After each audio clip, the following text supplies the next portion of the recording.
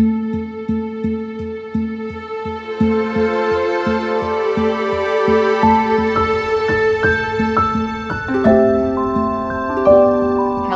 this is Dr. Linda Martinez-Louie.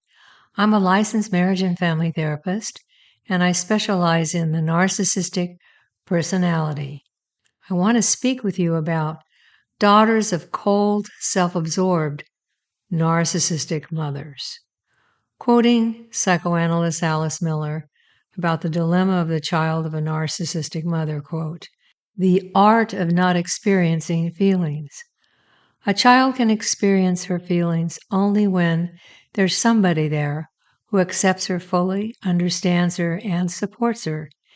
If the person is missing, if the child must risk losing the mother's love of her substitute in order to feel, then she will repress emotions." Closed quote. From her earliest days and months, the daughter of the narcissistic mother experiences a cool dismissiveness. The little daughter feels the disdain, aloof distancing, disregard, disrespect emanating from this mother. The small child knew that she could never let down and share her feelings with this mother. In her presence, she felt edgy, scared, humiliated, emotionally small, and insignificant. In the presence of family and friends, Mother took on a different look and manner. She was expansive, warm, attentive to these others who came for the expressions of her public performance. In fact, Mother was considered to be among the most sterling versions of an exemplary parent, so devoted and engaged with her child. The narcissistic mother, self-absorbed, exceedingly entitled, highly controlling, manifests her true nature through a series of false selves that parade as genuine. Different kinds of narcissistic mothers. Mother most accomplished. Non-stop talk about all of her achievements, schooling, extraordinary student, scholar, and professional awards, described herself as outstanding in every way, and in addition, a supermom. Behind closed doors, the horrendous presence of this parent from hell. Day and night berating, nonstop criticism, humiliations were the worst.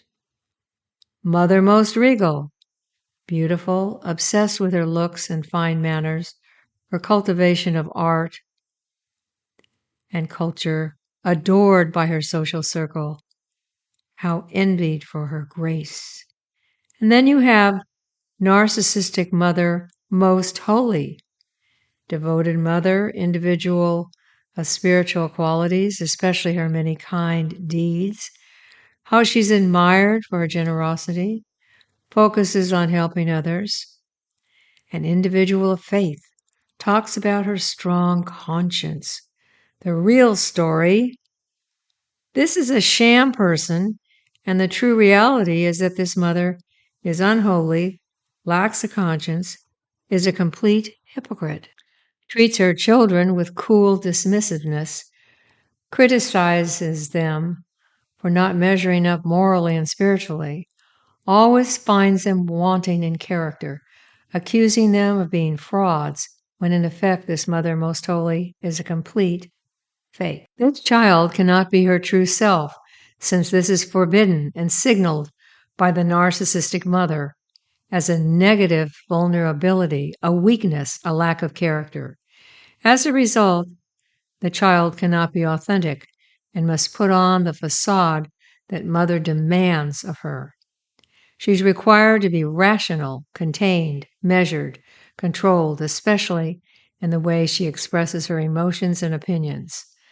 The message of the narcissistic mother is, be and do what I demand, or I reject you completely. You're flawed, imperfect, and nothing that you do or say and feels is valid. I'm the one in charge here. I'm the puppeteer who controls and dictates what you think and feel, and ultimately, who you are. As a result, the original self in the child of the narcissistic mother must remain hidden, unspoken, pushed back into the recesses of the unconscious. They're long hidden. These feelings do not disappear. Rather, they remain unexpressed and the subject of subterranean angst.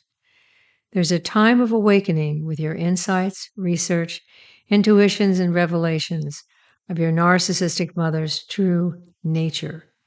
You move forward as a grounded, true self individual, fully entitled to your unique individuality, integrity, and your many creative gifts. Please subscribe to the Narcissist in Your Life podcast.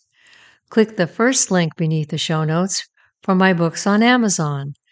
Click the second link beneath the show notes for the Mental Health News Radio Network. This is a global network of shows by podcasters that encompasses every facet of mental health.